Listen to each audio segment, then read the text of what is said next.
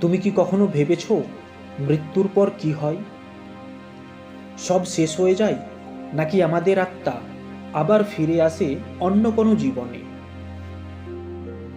আজ আমরা জানব এমন কিছু বাস্তব ঘটনা যা বিজ্ঞানকেও হতবাক করে দিয়েছে।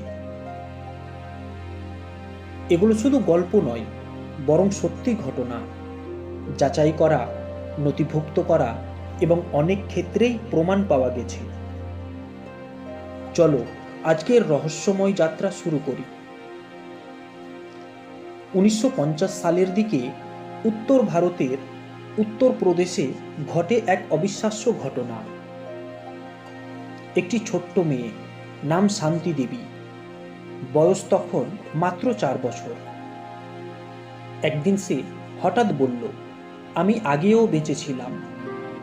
আমার স্বামী ছিলেন মথুরায়, আর আমার একটা ছেলে ছিল। প্রথমে সবাই ভেবেছিল বাচ্চার কল্পনা, কিন্তু সে এমন সব কথা বলতে শুরু করলো যা কেউ জানতেই পারে না। স্বামীর নাম, বাড়ির গলি, ঘরের রং, এমনকি মৃত্যুর সময়কারও ঘটনাও। পরীক্ষা করতে একদিন তাকে সত্যি মথুরায় নিয়ে যাওয়া হলো। আর অবাক করা বিষয় হলো, সে একেবারে সরাসরি নিজের পুরনো বাড়ির সামনে গিয়ে দাঁড়ালো। ঘরের ভিতরে ঢুকে এমন সব জিনিস চিনে ফেলল যা তখনকার কেউ তাকে শেখাতে পারেনি।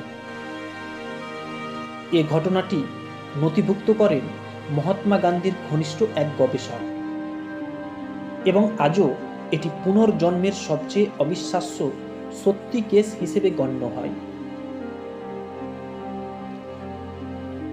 এরকমই আরেকটি ঘটনা ঘটে স্কটল্যান্ডে। একটি শিশু, ক্যামেরন ম্যাককলি, জন্ম থেকেই বলতো সে নাকি একবার বাররা আইল্যান্ড নামে এক জায়গায় থাকত। সেখানে তার পুরনো বাড়ি ছিল সাগরের ধারে। অবাক করা বিষয়, সে এমন কিছু তথ্য বলতো যা সম্পূর্ণ সঠিক। যখন গবেষকরা তাকে নিয়ে গেলেন সেই দ্বীপে, সে পুরনো বাড়ি চিনে ফেলল এবং আগের পরিবারের লোকজনের নামও বলে দিল। বিজ্ঞানীরা অবাক হয়ে যান। একটি ছোট্ট শিশুর পক্ষে এত নিখুঁত তথ্য মনে রাখা অসম্ভব। বিজ্ঞানীরা বলেন, সম্ভবত এটা কোনো ধরনের মেমোরি ট্রান্সফার অথবা অবচেতনা মনের জটিল কাজ। কিন্তু প্রশ্ন রয়ে যায়, কেন এমন ঘটনা পৃথিবীর বিভিন্ন প্রান্তে ঘটছে? ভারত থেকে শুরু করে আমেরিকা, আফ্রিকা, ইউরোপ, সবখানেই একই রকম কাহিনী পাওয়া যায়। তাহলে কি সত্যি আত্মা কখনো নষ্ট হয় না, আর আমরা এক দেহ থেকে আরেক দেহে জন্ম নিই? তুমি কি মনে করো, পুনর্জন্ম সত্যি, নাকি কেবলই এক অদ্ভুত মনের খেলা? তোমার মতামত নিচে কমেন্টে জানাও।